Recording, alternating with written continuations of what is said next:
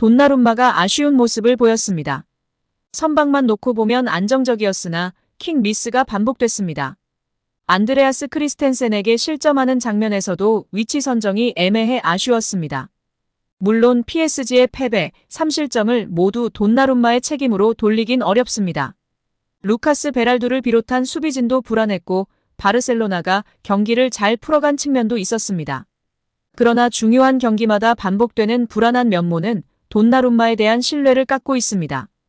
프랑스 국가대표 출신이자 PSG에서 뛰었던 비카슈 도라소는 프랑스 레퀴프를 통해 돈나룸마는 프랑스 리그앙에서 좋은 모습을 보여줬지만 UCL만 오면 실력이 떨어진다.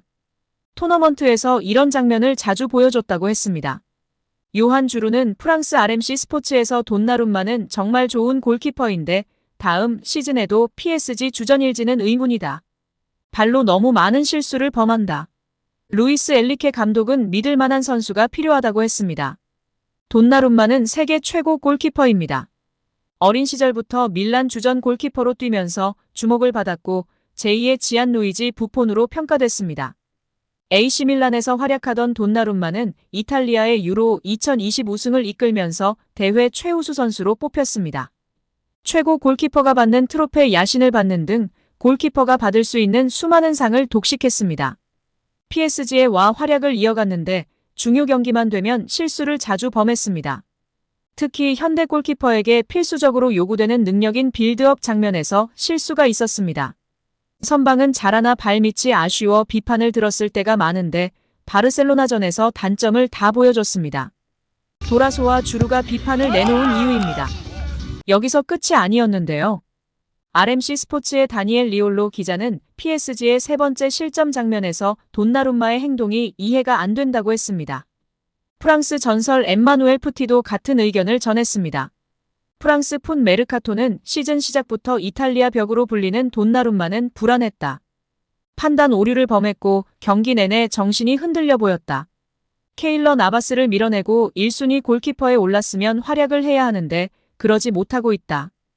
2차전에서 만회를 해야 한다고 평가했습니다. 발밑도 아쉬운 선수이고 첫 번째 실점 장면에서 처리를 제대로 하지 못해 리바운드 볼을 상대에게 쉽게 내주면서 쉽게 실점했던 것 같은데요. 여러모로 너무 불안한 수문장 같습니다.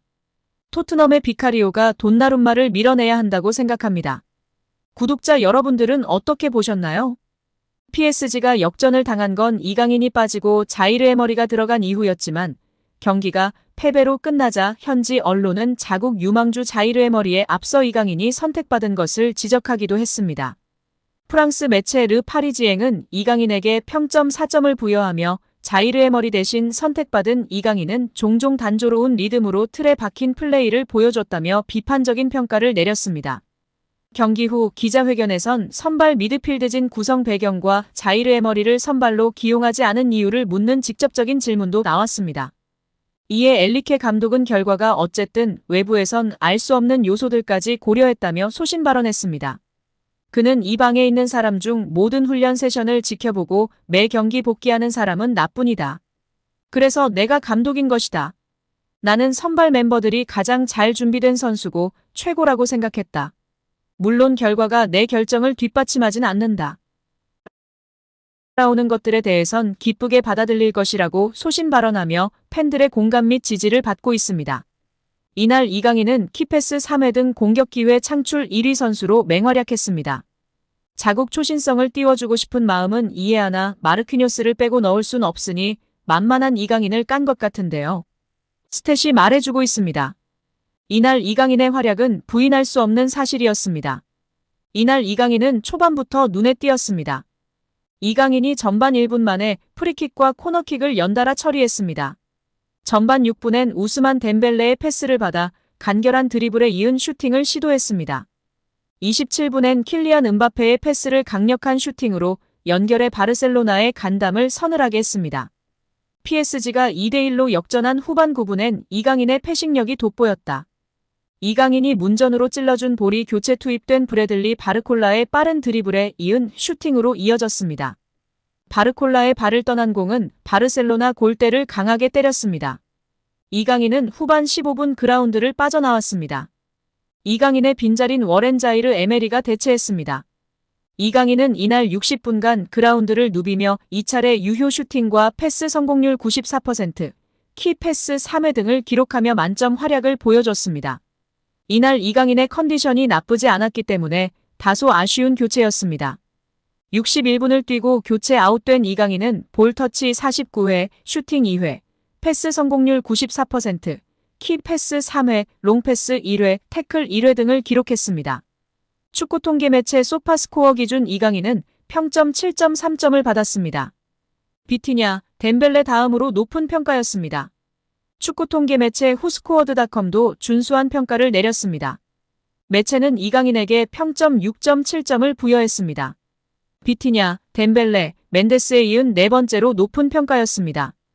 경기 후 현지 매체 스쿼카는 이강인은 이날 PSG 선수들 가운데 가장 많은 기회 창출 3회를 기록했다.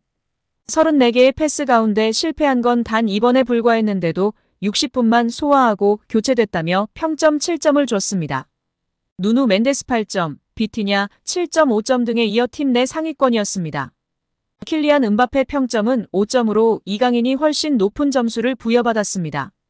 또 다른 매체 스포츠키다 역시 이강인은 키패스 3회를 비롯해 94%의 패스 성공률 등 미드필드 지역에서 괜찮은 경기력을 선보였다. 경합 1회 승리 2개의 유효 슈팅 등도 기록했다며 역시 평점 7점을 매겼습니다. 스페인 마르카도 평점별 0점에서 3점으로 나뉘는 평점에서 이강인에게 2점을 매기며 좋은 활약을 집중 조명했습니다. 현지 팬들은 이강인 선수가 잘하고 있었는데 다소 이른 시간 에머리와 교체한 것에 이해할 수 없다는 반응이었습니다. 잘하고 있는 선수를 교체하면서 팀이 졌기 때문에 엘리케에 대해 비난하고 있는 상황입니다. 2대1 상황에서 이강인 선수를 뺀 보수적인 선택이 패배를 자초했고 이강인은 폼이 좋았다는 평가였는데요. 결국 루이스 엔리케의 교체 카드가 아쉬웠다는 평이 줄을 이루고 있습니다. 루이스 엔리케 감독은 경기 종료 후 우리가 원했던 결과는 아니다. 우리는 아주 좋은 상대를 상대로 좋은 경기를 펼쳤다. 우리는 선제골을 내줌으로써 경기가 복잡해졌다. 그들은 공을 잃지 않고 잘 플레이했다. 후반 초반 우리는 역전에 성공했고 골대를 2번이나 맞췄다. 그러나 그들은 세 번째 득점을 터뜨렸다. 우리는 많은 야망을 가지고 바르셀로나로 갈 것이며 우리에게는 결승전이 될 것이다. 우리는 자신감을 갖고 있다며 2차전 승리를 다짐했습니다. 이제 PSG는 17일 스페인 바르셀로나 스포티파이 캄 노우에서 챔스 8강 2차전 바르셀로나와의 대결을 벌입니다. PSG는 이날 무조건 이겨야 합니다. 1골 차로 이기면 연장전을 치릅니다. 정규 시간 내 2골 차 이상으로 앞선다면 바르셀로나를 따돌리고 UCL 준결승으로 향합니다.